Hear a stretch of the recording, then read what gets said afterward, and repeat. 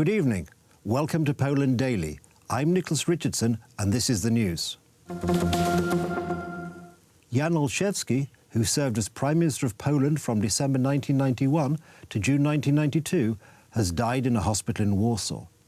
A graduate in law from the University of Warsaw and a long-standing anti-communist, he first rose to prominence in 1976 for courageously defending the workers of Radom who were being prosecuted by the communist regime. Olszewski became a key figure in the Solidarity movement, drafting its charter and being one of its most active lawyers. As the opposition's legal expert, he took part in the Round Table talks in 1989, which paved the way to the changes of that year, including the partially free elections held in June. Following his dismissal as Prime Minister, Olszewski resumed his career as a Member of Parliament, serving until 2005 and running unsuccessfully for President of Poland in 2000. Law and Justice Party leader Jarosław Kaczyński has praised the former Premier for his anti-communist stance and legal principles. Poland's most prominent politicians said their farewells to Jan Olszewski today. Jan Olszewski has passed, attorney, defender of the opposition in the times of the Polish People's Republic, Prime Minister of the first truly non-communist Polish government. He can certainly be called the Prime Minister of the free, independent and sovereign Republic of Poland. He served Poland until his last breath. Honor his memory. Poland has suffered a great loss. Jan Olszewski, a prominent man distinguished for independence, one of the leaders of the patriotic camp, has gone. Rest in peace. Expressions of compassion for the family and loved ones. In the opinion of Prime Minister Mateusz Morawiecki, Olszewski was a person who was crystal clear and faithful to his views and at the same time extremely bold. Jan Olszewski fought for Polish independence in that dark time. Later, in the time of the Polish People's Republic, he defended Polish opposition activists. In fact, he defended my father in 1988, when after 6 years of hiding, security services caught him. Few people wanted to stand up against the regime. Jan Olszewski, attorney at that time, was one of those few courageous people.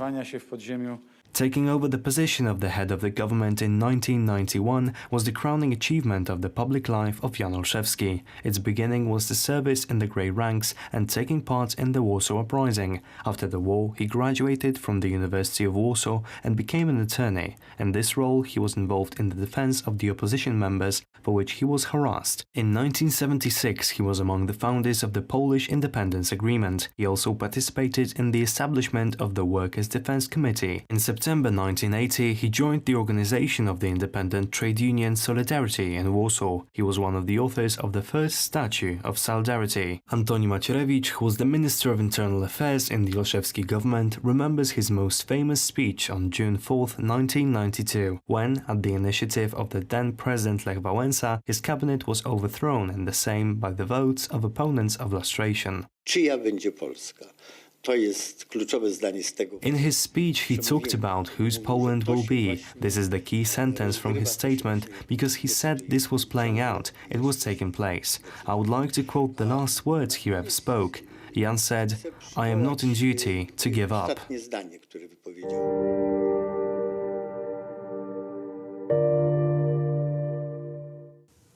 Jan Olszewski was a frequent commentator on current political events for our station. He remained unbiased in his judgments. Here we show part of an interview Jan Olszewski gave to our reporter in the spring of 2013, where he spoke about the fallout of the Polish Round Table Agreement and the elections to the contract Sejm of June the 4th, 1989.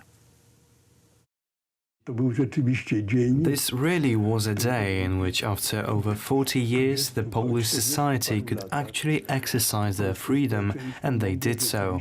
But it also wasn't so clean-cut morally. This is because the then opposition, the Solidarity movement, who sat at the round table, acted on behalf of the society, but they did so in a self-proclaimed manner. At that time, this was justified by the fact that the society had no voice.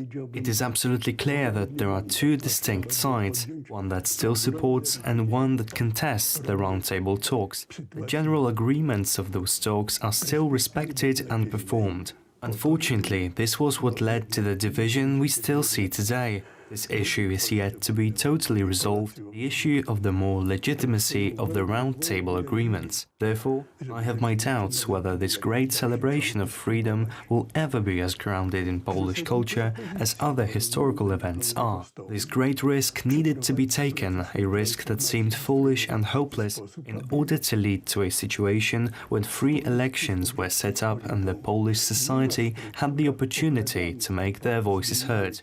The system change was built not on the structures that were repurposed and used without significant changes, but rather this change was accepted as the continuation of the Second Polish Republic. This change was necessary to build a strong, sovereign, democratic citizen state.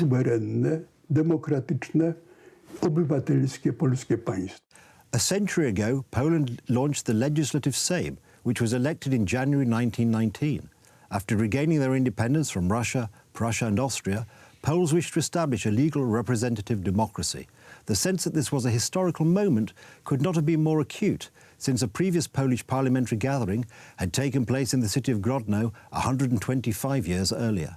A century ago, during times of great change, in the breakthrough moments for our country, as the Speaker of the Legislative Sejm, Wojciech Trąbczyński, put it, the first Polish parliament overcame internal antagonisms and undertook a common effort for the state. This extraordinary message is in many ways still valid.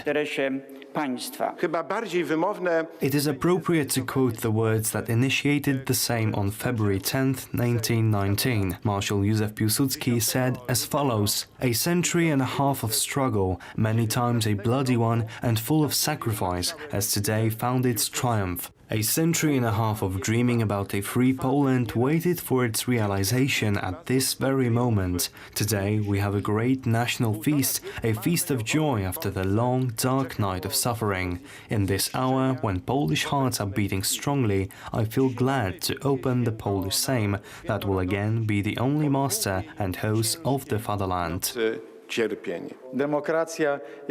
Democracy is this great promise when the community of hearts and goals is building its own future. Such was the democracy and promise in 1919, and such is the promise we pledge in the year of 2019.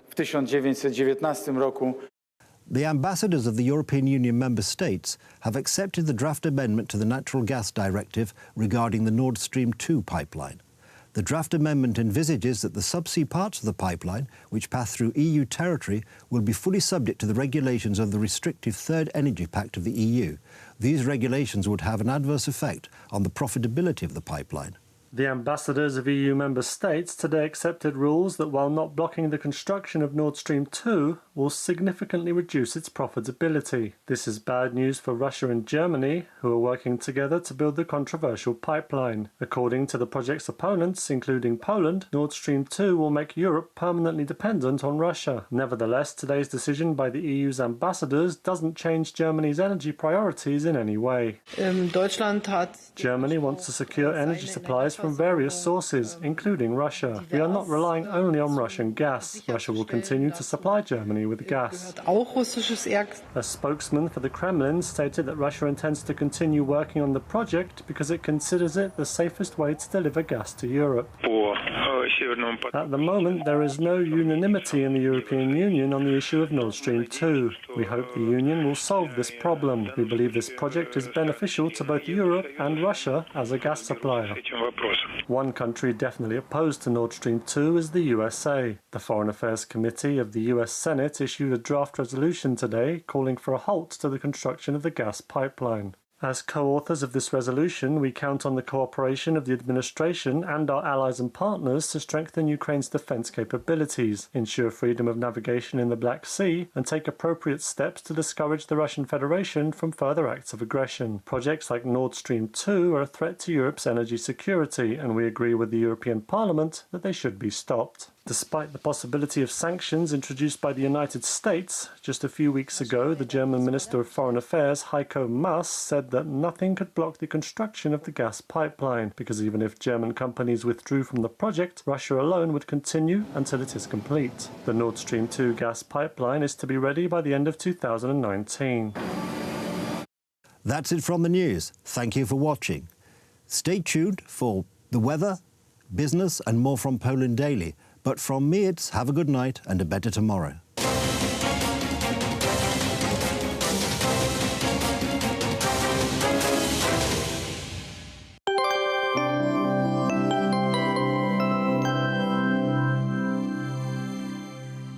Welcome to Poland Daily Weather. Let's take a look at the forecast for tonight. An overcast night across the country with temperatures ranging between -1 degree in the east to 2 degrees along the Baltic coast. Some snowfall is expected around Zielona Góra. And now over to tomorrow. A sunny weather all over Poland with some rainfall expected on the west and in central Poland. The temperatures will range from 3 degrees in Białystok to 8 in Szczecin and Kraków. Let's see the forecast for the following 3 days. There will be a sunny day in central and southwestern Poland. A maximum 8 degrees in the coast, a maximum 8 degrees on the coast, and a minimum 5 in the northeast. On Monday, more rain will appear, but Baltic coast will stay still sunny. Temperatures will be little cooler from 4 to 6 degrees. And on Tuesday, temperature will drop again and will range from 1 to 3 degrees. Snowfall expected on the south. Thank you for watching and goodbye.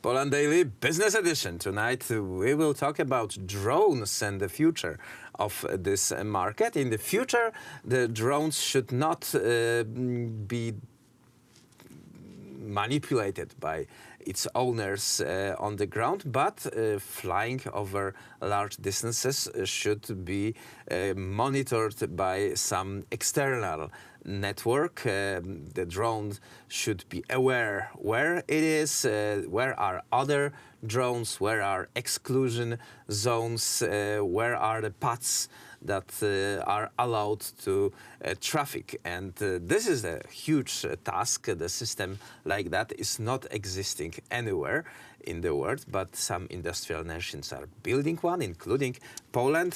Part of the program in Poland is Mrs. Małgorzata Darowska of Ministry of Infrastructure. Ma'am, welcome to the show. Welcome. And let us say a few words what is the process of designing and building of such a system? We are on the very first conceptual phase. Yes, we are on the conceptual phase, but however, certain implementation has been made to date. And first, what has happened? Let's say a year ago, there was a, let's say, the architecture of the system was designed. It was designed based on the competences of certain institutions like Polish Airspace Navigation Service Agency and Civil Aviation Authority and other. So in order to see who will be responsible for which decisions in the airspace, and afterwards the first implementation was made, and I will say maybe about how the system will operate in the future. We are talking with our friends with Switzerland, with other countries, and it is much more or less similar process.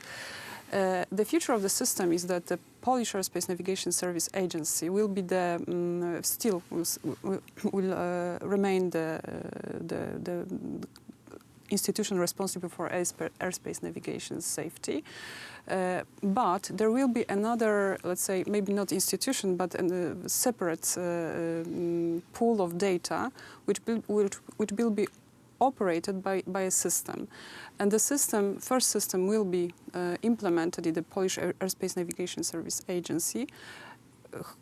And the institution will design the airspace blocks which will be designed to use, and the rules of how drones can operate in these airspace zone blocks. And it will be related to the monopoly of the state because of the safety, security, and other. But there will be another part of system, and I will move to the first. We'll call it UTM system, Unmanned Traffic Management System. Another part of the whole story will be drone traffic management system, which will be used, for example, by the city, by another users, which will be interested to work, to use a certain airspace blocks. And this part of system will be communicating, will communicate with the UTM and decide, for example, I want to fly from place A to B, and the airspace navigation service, and I will send the trajectory of my flight, and the airspace navigation service agency will decide automatically, yes, you can fly, or oh no, you cannot fly. And or it will show you the route that can be taken?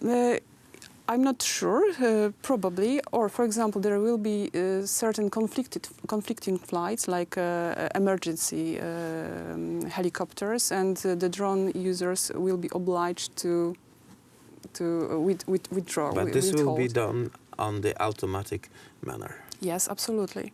This is the nature of the system, because if we are talking about the use space and about the system, it will be designed mainly for the automated and autonomous drones. So it will be a new world of machines, of robots, actually. Okay, do we need a new infrastructure for this?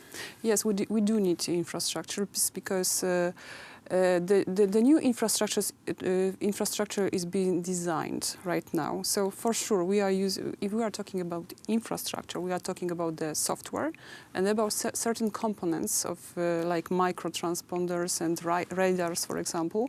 And there will be a bundle of different tools which will be connected, but they should be agnostic as regards the technology. So the system should be designed in such a way that any kind of drone users which will be compliant with regulatory issues will be allowed to fly. So you will basically standardize the radio transmitters that will be required for the professional drones to use. And obviously you will have to build another infrastructure of radio, of masts or something like that, probably, that will have a receiving and sending station for the drones. Yes, it may happen. For example, Germany is using, because if we want to register drones in the system, we can use microtransponders of SIM cards. Germans are focused on SIM cards and they are working with their T-Mobile. In Poland, we are keeping being agnostic from the very beginning. So we can imagine that one city, for example, used microtransponders and with responders with connected infrastructure, and another city will decide to use telecom masts, for example. So and if the drone will fly from city A to city B, it will be illegal. The drone starting in Warsaw was a perfect legal. Flying to Łódź, 100 kilometers from there, will be totally. Well, if we will build a new autoroad, a highway for them, it will be legal. So what we are doing now, we are building highways for drones and roads for drones, different types of roads for a new users of the airspace. So it's a huge challenge to the air traffic management, especially the aerial routes over Poland are set like 50 years ago, and right now those people have to plan new routes on different strata. How they are coping with this? With the routes of with the new routes, because if you expect the drones to fly 300-500 meters from the ground, that's probably the highest ceiling. It's a whole new world. Yes, it will be totally new worlds, but I'm pretty sure that it will not look like in Flintstones, that drones will be flying just like that. It will be quite the contrary. The first approach is to build the very precise roads for drones, to teach people and to teach the users how to use the airspace to make them safe. And if we are talking about the height, we are talking about the very, very low level airspace. It will be up to 120 meters, maybe 150 meters. So it is not that high. And of course, what we are doing, we are including the local government, because we have to talk to the people to make the dialogue with them and to decide which road will be the most proper and when, what time, in the night, in the day, during the day, for emergency, for hot dogs, whatever. Yes, in Poland. Thank you very much for participating in the show. And that was it for tonight's Poland Daily Business.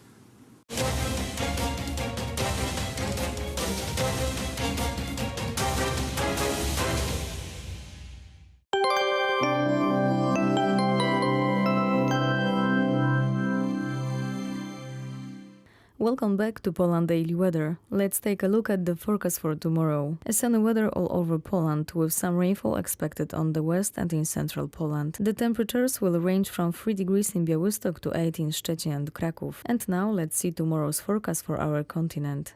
Some sun will dominate in Scandinavia, with 8 degrees in Oslo, 3 in Stockholm and 5 in Helsinki. In Central Europe we will also see a lot of sun, including in Prague, Zagreb, Bucharest and Bratislava. There the temperature will range from 3 to 10 degrees. Snow will appear in the northern Eastern Europe, and there will be the lowest temperature with 1 degree, while Rome will enjoy the highest temperature on the continent, 15 degrees. Thank you for watching and goodbye.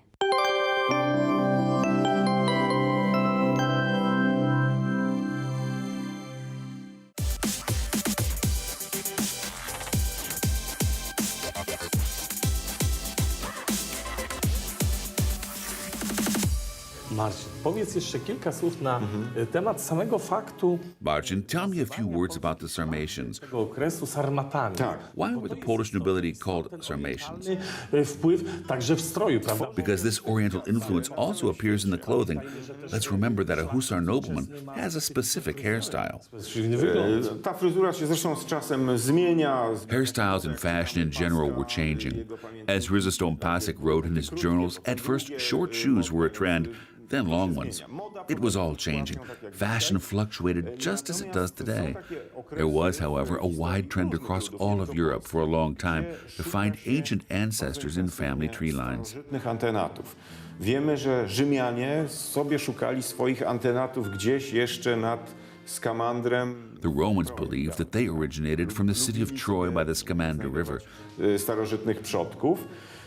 Podobnie polscy notable, w pewnym momencie ta prawdziwa historia Polski, ta, o której... Polish noblemen did the same. When they looked at their history, it seemed too blunt, so they began searching for ancient ancestors as well. Stworzono taką... It was then when they created the legend of the Sarmatians being their forefathers. Pochodzi od Sarmatów, ludu historycznego. The Sarmatians were an actual people mentioned in ancient writings. It was an Indo-Iranian nation related to the Persians. They were nomads who loved horses and were very good horse riders, which will be important later. Co jest ważne, to będzie w sarmatyzmie bardzo istotne. To byli konni wojownicy, kochający się w koniach, walczący konno. I tu przypomnijmy... We should maybe mention here the famous painting by Rembrandt, Lisowczyk. Kwintesencja sarmatyzmu. Rzeczywiście jeździec na... Yes, the portrait of the so-called Lisowczyk is a perfect example of the idea of Polish Sarmatism. Skoro wspomniałeś o właśnie Rembrandcie, poza tego jeźdźca to jest kwintesencja wolności, equus polonus sum. An armed rider on a horse, representative of freedom. Even his pose says freedom. Equius polonus sum, meaning I am a Polish nobleman.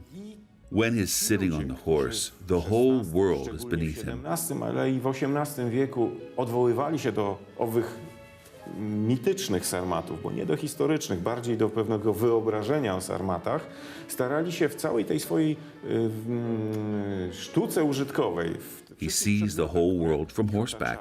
Poles in the 16th, 17th, and even 18th century tried to find connections with not even their historical but mythical ancestors in all they did, in their lifestyles, in their clothes, furniture, and even weaponry. Karaceny, czyli zbroje łuskowe, są wspaniałe zbroje do dziś zachowane, na przykład po hetmanie Jabłonowskim. In the 16th century, the so-called karacenas became very popular. Karacena was a very beautiful scaled armor worn by some of the most famous Polish historical figures. Szczerze, mało praktyczne, te łuski się ciągle odczepiały, to nie była najpraktyczniejsza zbroja. Hetman Jabłonowski or King Jan Sobieski III, for example. To be honest, it wasn't the most practical armor. The scales would often detach from it, but as young people say today, it looked really cool. Zakładamy zbroje łuskowe. Takich portretów znajdziemy bardzo dużo, zwłaszcza tych największych magnatów, bo to była zbroja bardzo droga. Still, Polish noblemen wore them since the Sarmatians used to wear them. Many barons and other members of aristocracy posed for portraits in these. They were very expensive. Polish noblemen spent a lot of money on not only armor but also ornamental weapons, residencies and paintings. Portrety u tych ściąganych, tak jak powiedziałeś, z dalekiej Italii, bo wtedy Italia uchodziła za ojczyznę najlepszych artystów, najlepszych malarzy. They would even hire artists from as far as Italy, since the country was considered to be the cradle of art at that time. Kto ma pieniądze, a są ludzie, którzy mają tych pieniędzy naprawdę dużo. W dawnej Rzeczypospolitej to są wielkie rody. Palaces and parks were being built. Big and important lineages like Radziwiłłowie, Potoccy, or Jabłonowcy would show off their wealth by purchasing horses, estates, etc. What's interesting and what was different from countries such as England, France, or German Empire, where the leading cultural icon was the king and his court, was the fact that many noble families invested in art and architecture. Głównym mecenatem kultury jest dwór władcy, dwór królewski. Tak? Tutaj tak nie ma. Tak jest i zresztą to bardzo przyczyni się do powstania. It all led sometime later to the beginning of Rococo, but we'll talk more about that in the next episode. Ale o tym będziemy mówili w kolejnym odcinku. Teraz warto już konkludując twoją bardzo ciekawą wypowiedź o Polsce powiedzieć tyle, że Now, to conclude what you said about Poland, our country is unique because on one side we had the strong influence of Western European culture, but on the other we were influenced by the Oriental, Turkish, Eastern cultures. Do którego odwołujemy się z ducha. Te wpływy turecko-tatarskie są bardzo silne w tym zakresie właśnie przede wszystkim. W słowo ci wejdę, wpływy turecko-tatarskie. Kiedy parę lat temu w Stambule zwiedzałem ich muzeum posułtańskie tak naprawdę, Topkapi Saray. Yes, a couple of years ago I was in a museum in Istanbul and I was surprised to find what I thought to be Polish signs next to the exhibits. Tego, co tam jest. Na przykład jakaś kapota wisi, podpisane kaftan. Tak, rzeczywiście był to kaftan. No, buzdygan, masa wyrazów, które nam się... It turned out that words such as kaftan or buzdygan, which Poles have been using for a few hundred years, are actually direct loan words from Turkish or Tatar. Elementów stroju. Nie tylko jakiś sentyment wiódł Polaków, polską szlachtę w kierunku Orientu. We should also add that not only Poles were influenced by the Eastern cultures, but the other way around as well. Historię, jak bardzo też Tatarzy zasymilowali się z Polską, jak bardzo głęboko zrośli się z polskością w ogóle. If we look at our history, we can notice how much the Tatars assimilated with the Poles too, and how important they were for our history.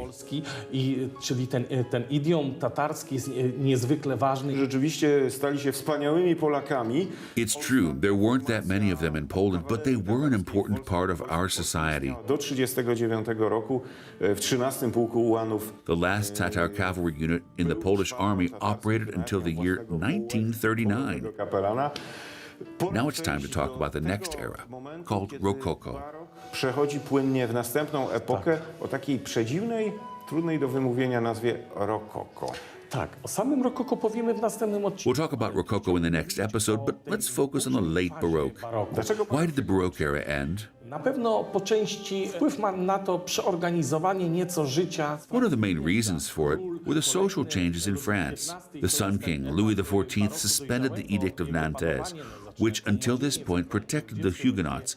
Hence, a lot of them left France. Many of them were bankers and various craftsmen, so an important part of the French society went away. Nabiera specyficznego charakteru, ponieważ dwór jest niezwykle liczny. The next king, young Louis XV, moved his court to Paris, which changed the city. Uformuje kulturę rokoka, ale chcę powiedzieć o późnym baroku, bo on jest niezwykle istotny. The Paris court life later began the Rococo era.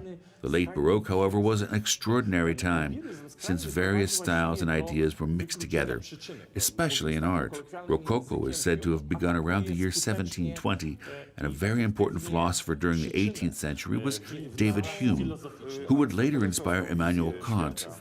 What's characteristic for Hume is radical empiricism. Prowadzi do przedstawień wspaniałych plafonów. He was against the idea of reasoning, against Aristotle's vision of the world. Catholicism was also very important in late Baroque. Przestrzeni niebiańskich, które zachwycają. Hence, many artists, especially from Italy, painted beautiful biblical scenes on the ceilings of churches. Among the great painters were Andrea Pozzo, Lucio Gordiano, Giovanni Battista Tiepolo. W późnej fazie Giambattista Tiepolo. Ale pojawia się formuła. During that time, artists also tended to use illusions in their works, portraying letters or posters hanging from walls, which rarely was done before. Przedstawień skrajnego, iluzyjnego przedstawienia rzeczy. Wkraczamy w epokę. And that way we're appreciating the subject of Rococo. Zanim jeszcze w nią wkroczymy, powiedzmy. Let me just add at the end that it's the beginning of experimenting with paintings as a form, putting aside the substance and story. Dzieła sztuki jako do obiektu samego w sobie. Ale co to znaczy? We'll talk about that more in the next episode. Thanks for watching. I'm Marcin Bąk. And I'm Janusz Janowski. I Janusz Janowski.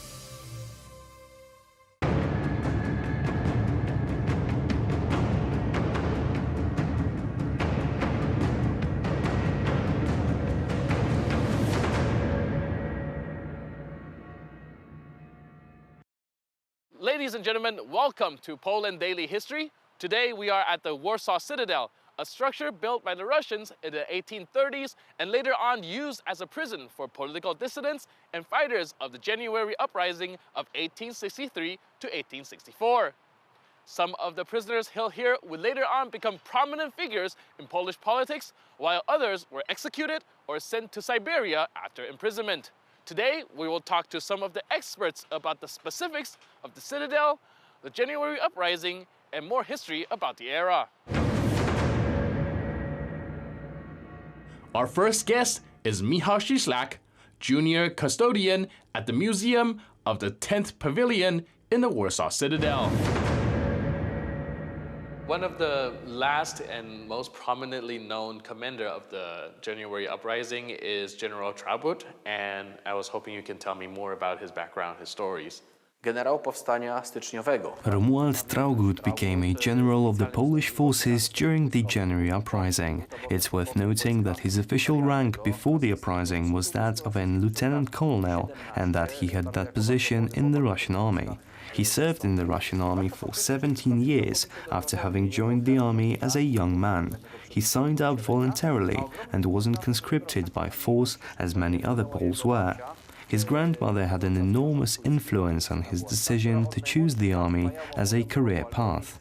Her name was Justyna Błocka, and her ancestors belonged to the princely boyar family named Szujski. She kept telling a young Romuald Traugott over and over that he is destined to become a Polish knight, that he has to get the necessary military education, and that he will, at some point, liberate the Polish nation and win back its independence. So Traugott, with his grandmother's support, joined the army. Initially, he studied hard. Later, he became an officer. It might seem strange to us that he was initially a very loyal soldier. He helped to put down the Hungarian uprising of 1848. He fought in the Battle of Temesvar, or Timisoara as it is known today. The young captain of a unit of sappers, Romuald Traugott, fought on the side of the Russians in that battle, while the Hungarian troops were commanded by the Pole, Józef Bem, one of the true legendary commanders in the Polish history. Traugott left the Russian army after a series of personal tragedies. In 1861, his beloved first wife, later his grandmother died, and then his youngest daughter. These three sudden deaths broke the young man, and at the age of 36, he decided to leave the army. He was so respected by the Russians that he received a special award of 2,000 rubles by the Tsar, and also a golden sword that he was allowed to carry at all times. And then the most prestigious privilege of all, he was allowed to keep wearing an officer's uniform. It was a privilege given personally by the Tsar to a very small number of retired officers. So why did he join the January uprising? We will probably never find out, but when asked why he made such an decision, he told his second wife, Antonina Kościuszko, "I know that we can't win it, but it's our duty to fight, and so I have to fight as well." He uttered the same thing after having been arrested when he was jailed right here in the 10th pavilion of the Warsaw Citadel and interrogated by the Russians. So did Romuald Traugott believe that the uprising could end successfully? Most likely not. He knew exactly how militarily weak the Polish insurgents were. He naturally did everything in his might to increase the uprising's chances of success. On December 15, 1863, he issued a famous order to reorganize the troops under his command in order to form 5 corps, but in the end it was only possible to create 4 of them, of which only 3 were fully equipped. Well, if Romuald Traugott would have been a supreme commander from the outset of the uprising, then who knows how the uprising would have ended. Unfortunately, he wasn't given command until October 17, 1863, and he didn't have enough time to implement all that he could have done. When it became apparent that the uprising wouldn't last much longer, he didn't flee even though he had the possibility to do so. He was offered false documents that would have helped him to escape. He was already using the pseudonym Michał Czarnecki, but Traugott said, "No, I can't flee the field since I am responsible for this uprising." After being arrested, he stated some of his most important words, and he did it exactly where we are right now, here in the Warsaw Citadel. He said, "The idea of sovereignty is so great and powerful that no number of artillery guns or even the gates of hell can stop it." Those were very important words directed to the Russian general Lebedev, who spoke to him in his prison cell. It was known from the start that Traugott will get executed, because no other punishment for the commander of the uprising could come into mind. Traugott himself believed that he will be executed by firing squad as a soldier, but the Russians did everything they could to avoid that. Death by firing squad was considered to be an honorable way to die. The Russians wanted him to die in disgrace, so the military court sentenced him to death by hanging in a public execution. It was the only public execution in Warsaw during the January uprising. It took place on the 5th of August, 1864. He and 4 leaders of the national government were killed on that day, with Traugott being killed last, so that he would have to watch his friends being killed before it was his turn to die. He was killed at 10:15 a.m. Mógł jeszcze patrzeć na śmierć swoich przyjaciół. General Romuald Traugott is regarded as a symbol and leader of the January Uprising. Beyond his achievements, we further explore in details with the help of historian Dr. Krzysztof Jabłonka about his motivations and how he operates. One of the most important, or let's say perhaps the most important figure in the January Uprising is General Traugott.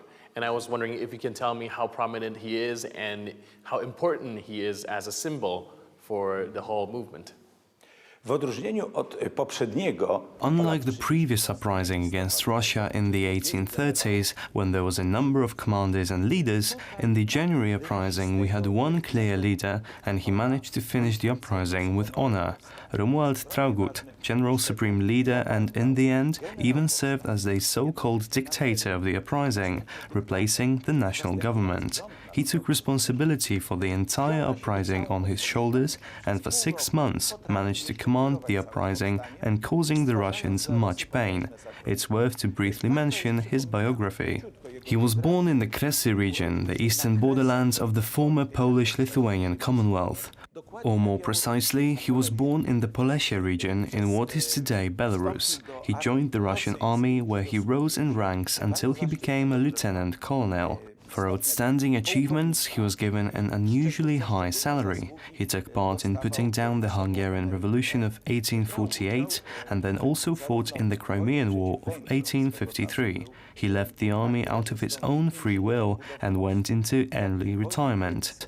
The Polish leaders who conspired to launch the January uprising met with Traugott both the radical wing, the so-called Reds, and the more moderate Whites. Traugott, however, distanced himself from both factions. He did so until he realized that this uprising united practically the entire nation, and then he finally decided to put on the uniform of the insurgents. While doing so, his wife asked him whether it was a sensible thing to do. He answered, "I don't know, but I know that we have to.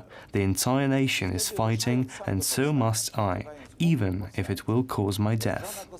His fate was both honorable and tragic. He remained hidden within the conspiracy and lived here in Warsaw on Smolna Street. That is where he was arrested on April 10, 1864. He was prosecuted and acted with an unusual degree of dignity while in court, and once he was led to the execution, even the Russian soldiers present were crying. Traugott actually hugged many of them, saying that there will come a time in which the Polish nation will reconcile with the Russian nation. He said, "I forgive you. We are fighting against the Tsarist rule, not against the Russian nation." That is how he died. What's worse, the Russian regime, in order to make his suffering even greater, before they hanged him, and he was hanged because they denied him execution by firing squad, they hanged his 4 good friends and members of the national government before him and forced him to watch.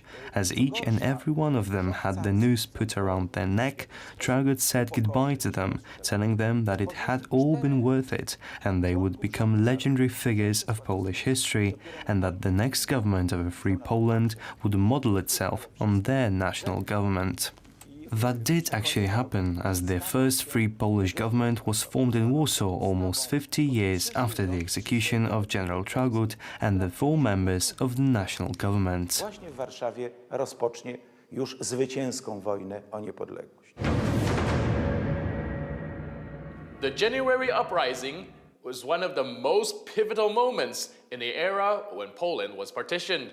The Poles would later on spend decades debating whether or not they had taken the correct path of resistance. During the interwar era, the veterans were treated as heroes, and they would later on serve as an inspiration for the soldiers fighting in the 1944 Warsaw Uprising.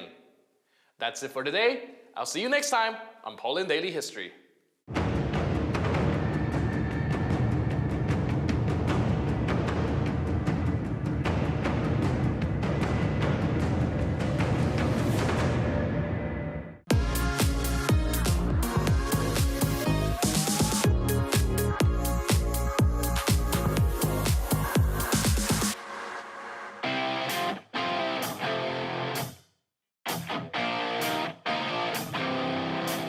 Poland Daily Travel. We're here in the forest, and I'm not lost because I know exactly where I am.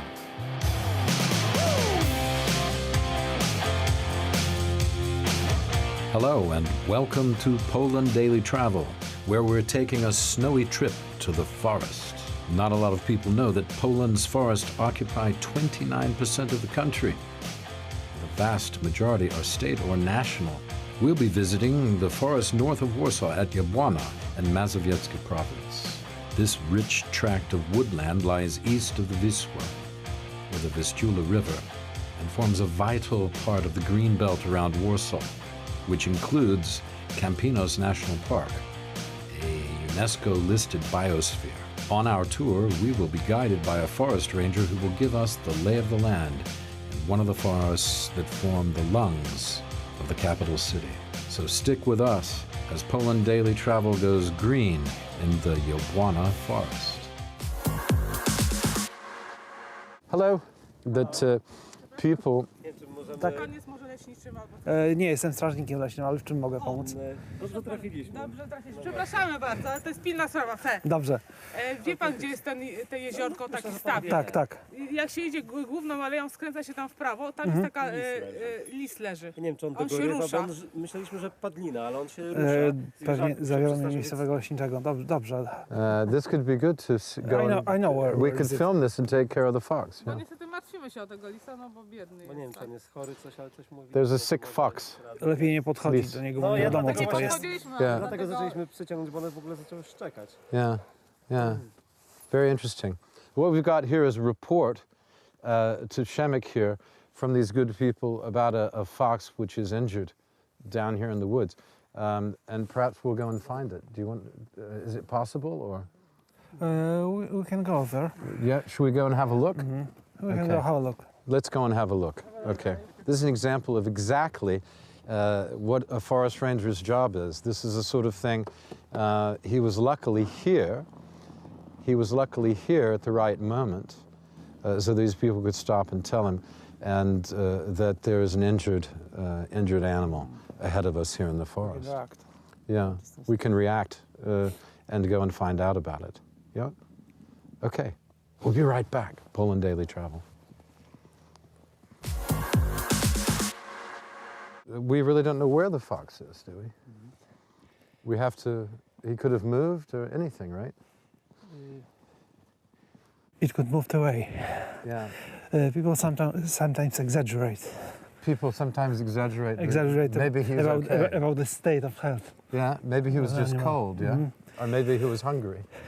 Maybe. Here, Dan? Maybe? Here. Yeah. So we don't know. I mean, the people could have been exaggerating, but then again, he might just be right here. But this is part of your job. You do this all the time, right? Because if an animal is injured, you try to help it. Oh, he is here. He's injured somehow.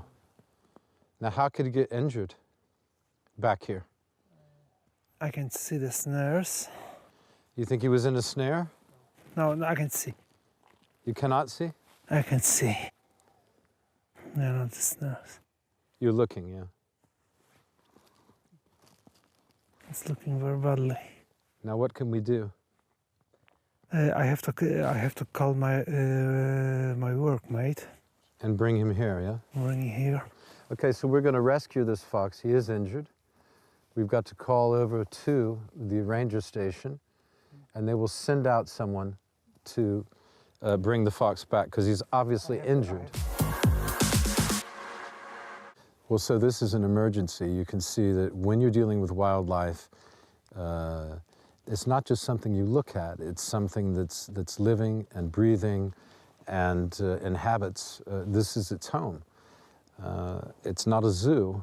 And so when an animal is injured, of course, it's very affecting. And the worst thing is if you feel helpless and there's nothing you can do. So it may be too late, we don't know. But it's certainly sad. It's a beautiful animal. And it's sad to see him here lying in the snow like this. Anyway, we're calling now, and we'll see what we can do. Okay, that's all for now. That's all for now. You have cases of emergencies, as we see right now. There's an animal injured, but the animal can be injured, it might be ill. We don't know about this animal yet because the specialist is coming, but right away, actually, and be here in a second, but or in a few minutes. But sometimes they're sick, sometimes they've been caught in a trap. Do you get a lot of poaching? I mean, with this animal, we don't think it was caught in a trap. There are a lot cases of poaching. Is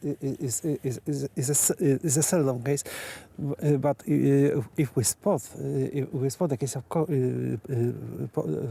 the poachery, our first step is set the animal caught in a trap, set it free, where isn't injured. Okay. Mm-hmm. with the animal isn't injured, it's enough. It's enough for to help him. The case of poachery, we don't investigate by ourselves, but we collaborate with police. Mm-hmm. So you bring the police in because it's a serious offence to be poaching. It's a serious offence. Yeah. What happens to someone? It isn't an offence. It's crime. It's a crime. It is a crime. It is a crime. And if somebody is caught poaching, what happens to them if they're caught? Yeah.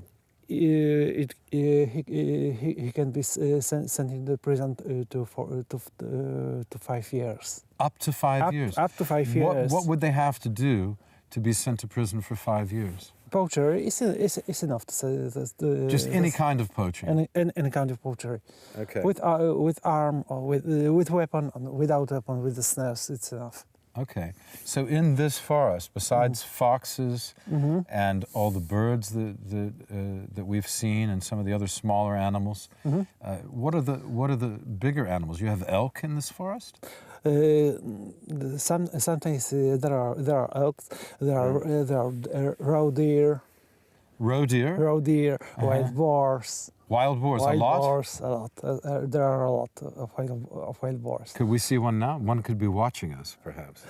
It's possible. It's possible, right? It's possible. We want to be careful if one comes around. Right? In general, they are the animal which are active during the night, but they can observe us. Yeah, they don't. They only come out at night. Is that right? The wild boars. They are more active at night. Yeah. Than they. What about bigger animals? What about even bigger? I mean, boars are big. Even bigger. Yeah. The boar can be very big. Yeah. In the area of our forest district, there is as well a small herd of fallow deer. Isn't a local species, is an alien species, but adopted here, introduced here. They were introduced, but they multiplicated.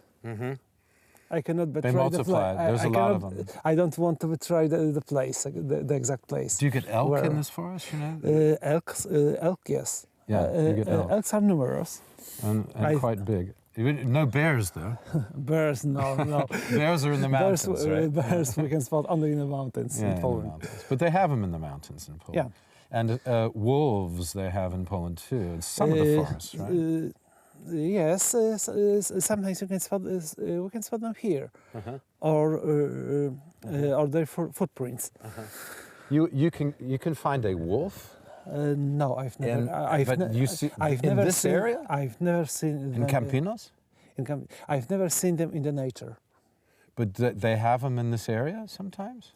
No. Sometimes. You have seen tracks. You said. They're in tracks. People have seen. Yeah. People have seen. It's very interesting. And the mysterious lynx. A lot of people know. A lot of people don't know that they have the lynx in Poland. I've heard about. Which is a small. Mountain lion. Yeah. I've heard about one case.